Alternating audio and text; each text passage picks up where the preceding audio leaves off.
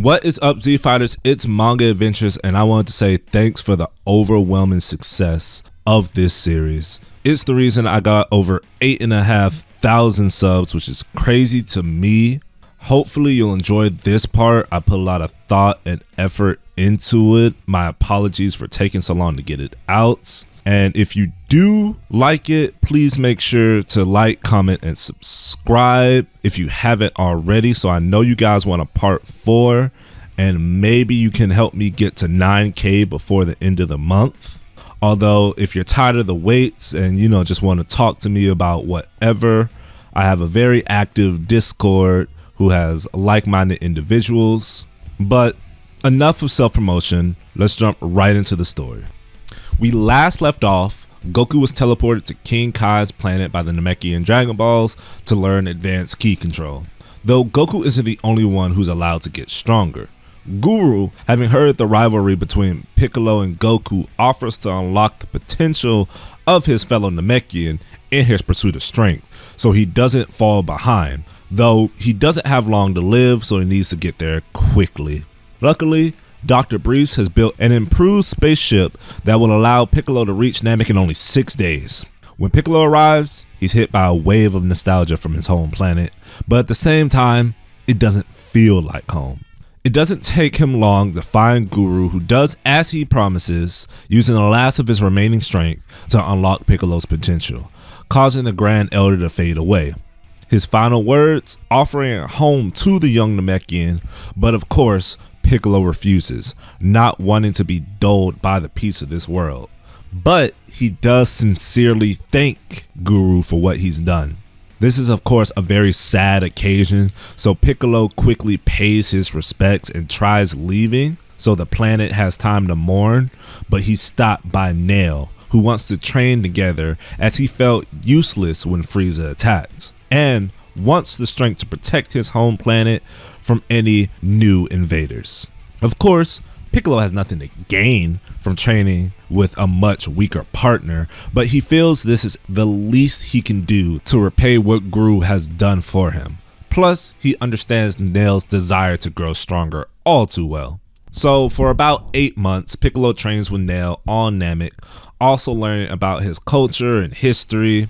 They also use the Dragon Balls to wish Namek to an unknown location, just in case Frieza forces tries coming back. But when Goku returned from King Kai's planet, none of this could stop Piccolo from returning to Earth and wanting to see his oldest friend. When the two reunite, it's obvious the first thing they do is fight to see what the other has learned and who is stronger. This goes on for about a year until the unfortunate return of Frieza, whose body isn't as mechanical due to not being sliced in half by his own Destructo Disc, and he's accompanied by his father King Cold. But Goku isn't fazed, giving the tyrant one last chance to leave. But of course, Frieza cockily denies this offer, which causes Goku to disappointedly turn Super Saiyan. When this happens, the Emperor's face tries to mask his fear with confidence and charges forward, but the attack doesn't land, and Goku appears behind him, wiping him out with a single ki blast.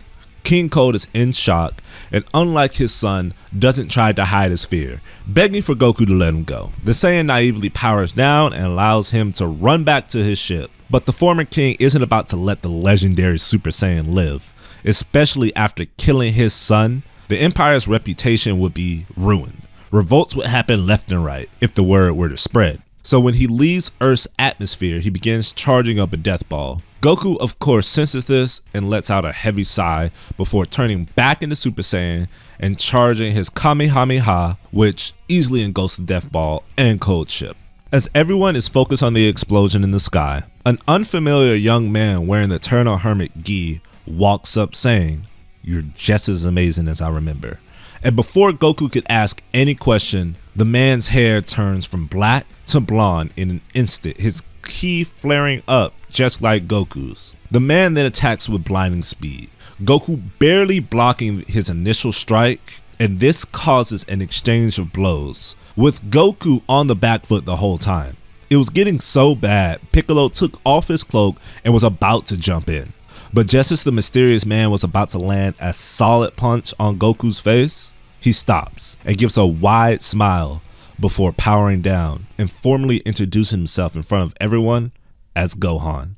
On closer inspection, it was obvious that this was just a grown-up version of Goku's son. And after everyone happily greets the time traveler, he begins telling the story of his timeline.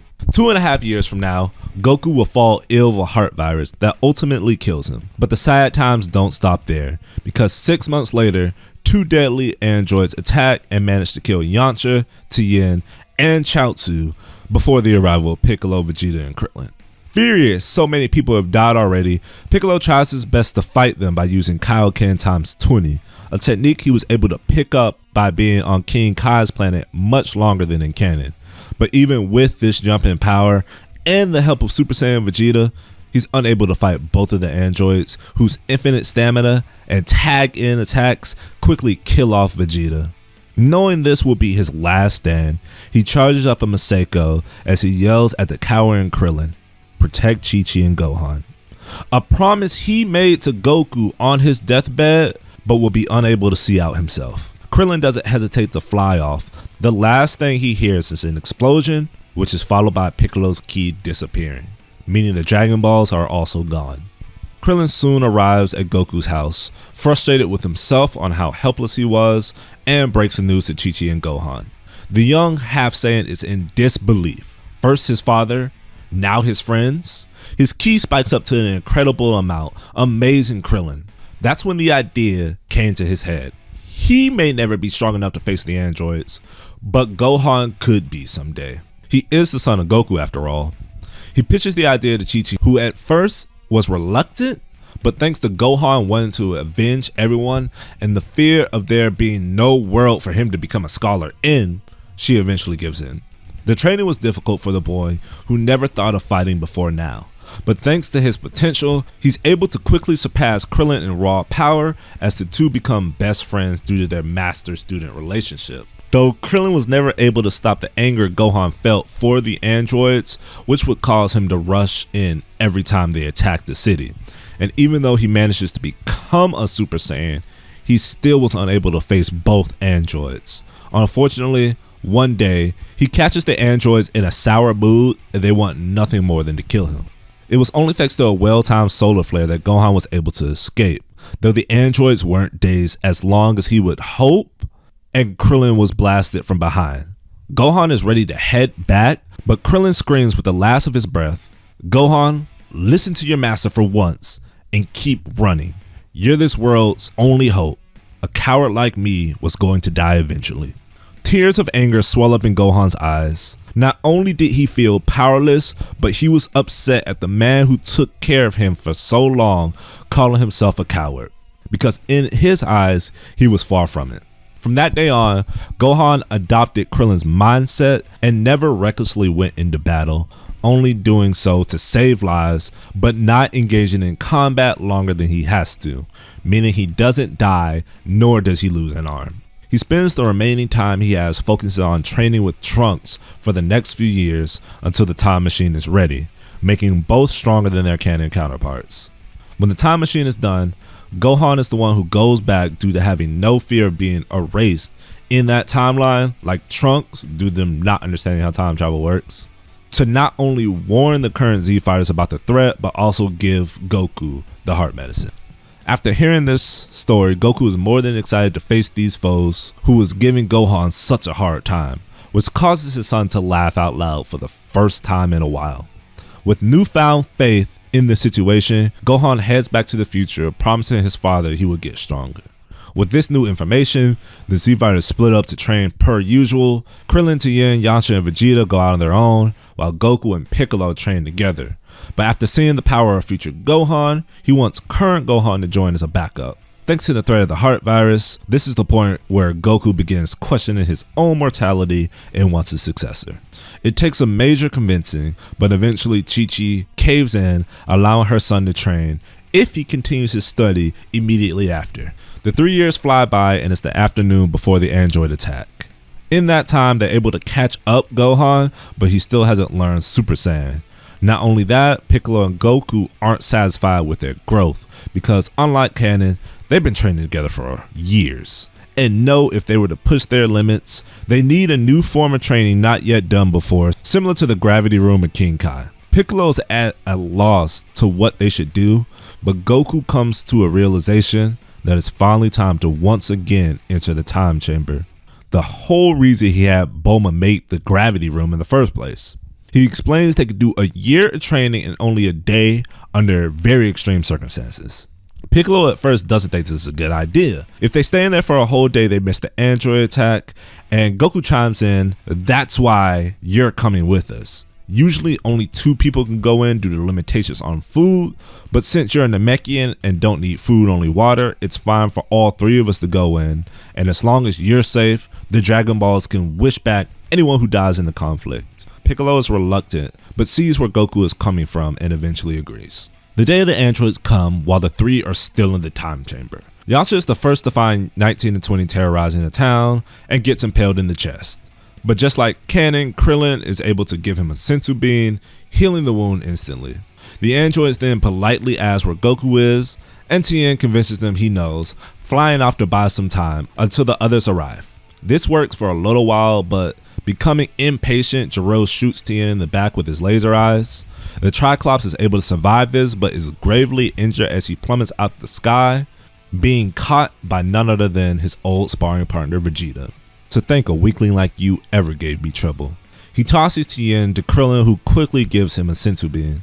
Looks like Kakarot was too scared to show, but I can't blame him. He must have sensed the great Prince Vegeta's growth in power and knew there was no reason for him to be here. Gero isn't fazed by Vegeta's comment, explaining he's calculated their growth and stopped doing so after his arrival to Earth, so nothing will surprise them. Vegeta laughs, "You stopped after I arrived? Meaning you missed a whole new level of power on Namek." The prince unleashes his Super Saiyan transformation, which shocked everyone who thought you had to have a pure heart to use it. Vegeta proclaims he is pure evil, and begins dismantling the overconfident Android 19 with his Big Bang attack. But Android 20 was able to escape after the fight and goes to his lab to awaken Android 17 and 18, who in their rebellion not only killed Gero, but awakened Android 16. Future Gohan arrives, surprised at the addition of another android, but Vegeta is feeling confident in his power and challenges Android 18 to a fight. But he's easily overpowered and gets his arm broken. Future Gohan tries jumping in to help, but Android 17 puts him in his place all too quick, saying this is a one-on-one fight. And with that attack alone, the time traveler recognizes that these androids are stronger than his version, making him fear for this timeline. But his worries are soon put to rest when 3 powerful keys appear on the battlefield. They are none other than Goku, present Gohan, and Piccolo. Upon arrival, 16 immediately attacks Goku due to his programming, but he isn't able to hold any ground. Goku actually gives all the androids a choice. "You guys are no match for me, and it seems Gero is dead. You haven't done anything yet. I don't have to kill you. If you live your lives peacefully, you can go." 16 of course refuses, again because of his programming, while 17 and 18 refuse because they don't want to be told what to do and attack as well, though they are cut off by present Gohan and Piccolo. Piccolo is the most serious of the 3, saying, "Goku gave you your only chance, now it's gone," and blasts 18 into dust. Gohan is reluctant on killing and mainly fights defensively, blocking all of 17's furious blows, though Piccolo doesn't let this continue for long as he stops 17 mid-attack and blasts him as well. Disappointed they didn't accept his offer, Goku reluctantly finishes off 16 before he has a chance to even think about using his bomb. Future Gohan is amazed by their power, not expecting any version of himself could get that strong. But Vegeta is furious such a large gap has been made between him and his rival Kakarot. Goku is more than happy to tell them how he got so strong, and they all fly to the lookout where he shows them the room of Spirit of Time. He then explains he's broken the Super Saiyan wall, and this form he has right now is full powered Super Saiyan, and that there lies a power even greater beyond this that present Gohan was close to unlocking. Vegeta, after taking a sensu bean, pushes Goku out the way and goes in the room by himself. But future Gohan would much rather go back to his time and enter the time chamber with Trunks, since his version shouldn't be destroyed, and his student can get stronger as well. But before he goes, Kami tells everyone there's another threat on Earth, killing many people. Fearing there may be another android and wanting as much information as he can before heading back to the future, Gohan tags along with the Z Fighters. They arrive to find an entire city absorbed by Cell, who's happy to see everyone assembled, but he pays special attention to future Gohan. I never got to thank you for this opportunity. The monster smiles, and before future Gohan could ask what's going on, Cell charges up, and as he does so, multiple keys can be felt from the monster. As everyone is in shock, Cell attacks future Gohan, who's completely overwhelmed by that bio-android's power. It doesn't take long for Cell to defeat the Saiyan, who asks, just who are you? A time traveler like yourself, created by Jiro's computer in search of the androids to obtain my perfect form. He then points to the spy robots monitoring the battle. Gohan uses his remaining strength to blast it away, but Cell says it's pointless. As he aims his tail at Gohan, it's caught mid-strike by Piccolo, who tells him, thanks for the information, but the androids you're looking for are already gone, before ripping off the tail in question. As Cell grovels in pain and disbelief, Piccolo takes this opportunity to finish off the last threat of Jiro. With no loose ends, Piccolo recommends they go to Jiro's lab so they can finish off Cell, who's still growing, while Goku goes to find the Dragon Balls to wish back everyone absorbed by Cell and killed by 19 and 20. With this information of the bio-android, future Gohan goes back to his time, and the first thing he does is take future Trunks to the time chamber. They come out as grade 4s, and their androids are a little more than a joke. With that threat gone, they wait 3 years for the arrival of Cell and finish him off just as fast. With both the timelines safe, we can end this part off on a high note. In the next part, I'll cover the 7-year time skip along with the Buu saga for both the present and future timelines. If you enjoyed part 3, make sure to like, comment, and subscribe so you can get part 4. I heard your cries. I've been reading the comments. I'm so happy so many people are still asking for a part 3, and I'm sorry it took so long again. I did my best to deliver, and hopefully y'all can wait for me while I make the best part 4 I can, and I can't wait to see y'all in those comment sections. So until then, thanks for watching.